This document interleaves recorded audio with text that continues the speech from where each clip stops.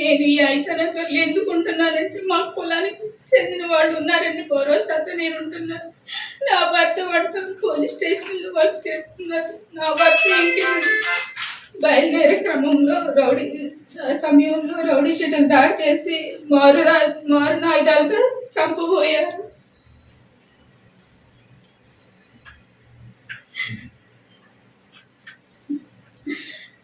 అక్రమంలో భయంతో అక్కడి నుంచి పక్కన వెళ్ళిపోయాడు. వాళ్ళు పలు కేసుల్లో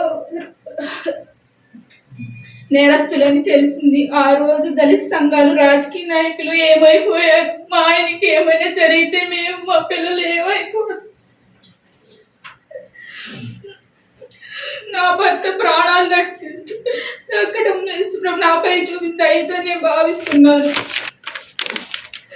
రౌడీ షీటర్లు ప్రోత్సహించమని కుల సంఘాలు, రాజకీయ నాయకులకు అంబేద్కర్ చెప్పారా?